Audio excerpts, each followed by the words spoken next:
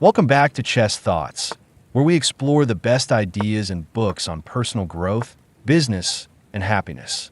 I'm your host, and today we're diving into the Almanack of Naval Ravikant, a guide to wealth and happiness by Jorgenson. This isn't just a book, it's a treasure trove of wisdom from one of the most fascinating thinkers of our time.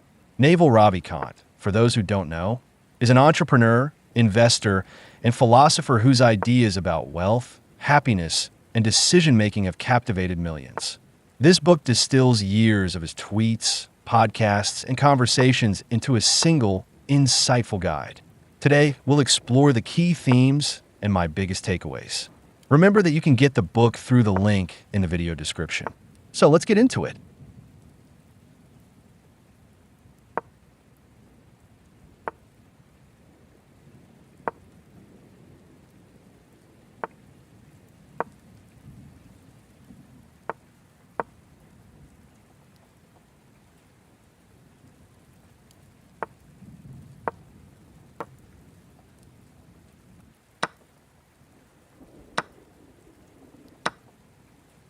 One of the most powerful takeaways from this book is Naval's approach to wealth.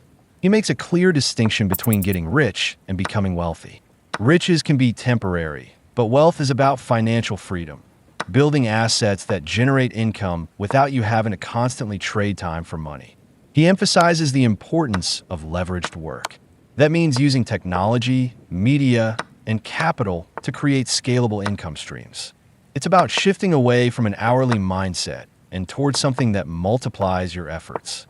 Instead of working harder, work smarter. That's why Naval encourages people to develop specific knowledge, things that make them unique and irreplaceable. One reflection I had while reading this was how many of us spend years learning skills that are easy to outsource or automate. Naval's advice? Learn things that are unique to you, your creativity, your ability to synthesize ideas, your unique perspective. That's how you create wealth that lasts.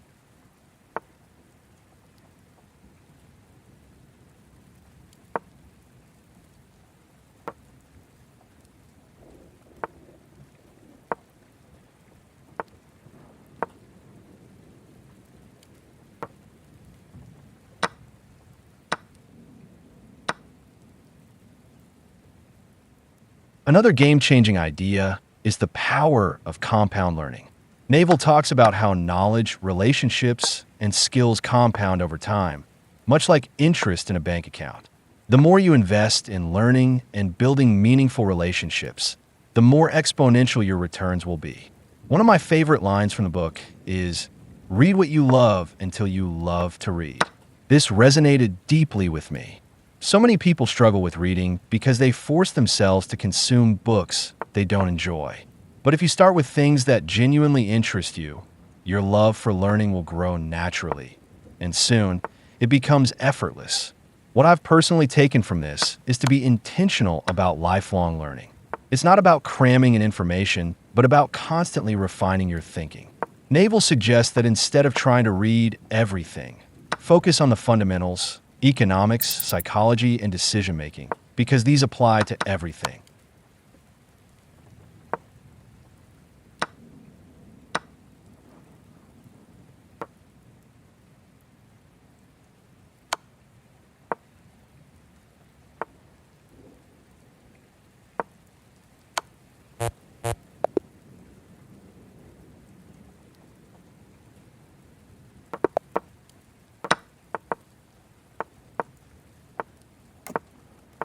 The second half of the book shifts gears into happiness, and this part hit home.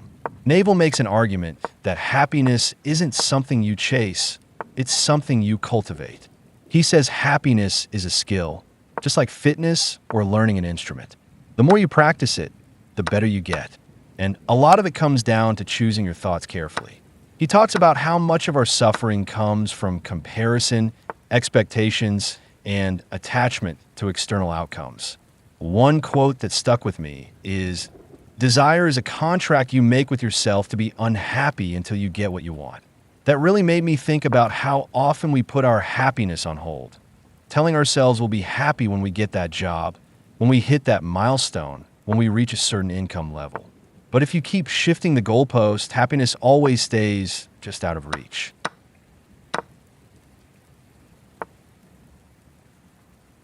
So what's the solution? According to Naval, happiness comes from internal peace, presence, and a deep sense of gratitude.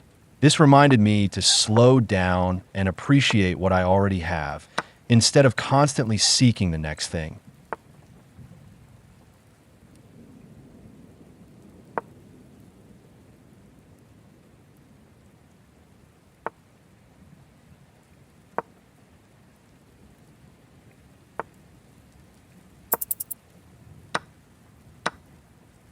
Before we wrap up, let's talk about some actionable takeaways. If you want to apply Naval's wisdom in your own life, here are 3 simple things you can start doing today. Invest in leverage, whether that's learning how to code, creating content, or building a business. Find ways to make your work scale beyond just trading time for money. Prioritize learning.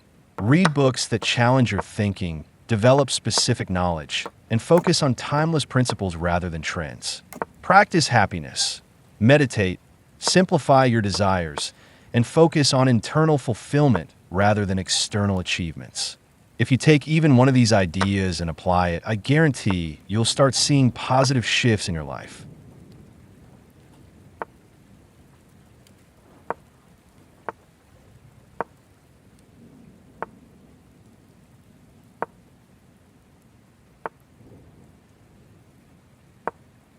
That wraps up our discussion on the Almanack of Naval Ravikant.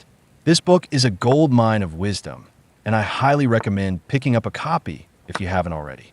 If you enjoyed this episode, be sure to subscribe, leave a review, and let me know what books you'd like me to cover next. Thanks for tuning in, and I'll see you next time on Chess Thoughts.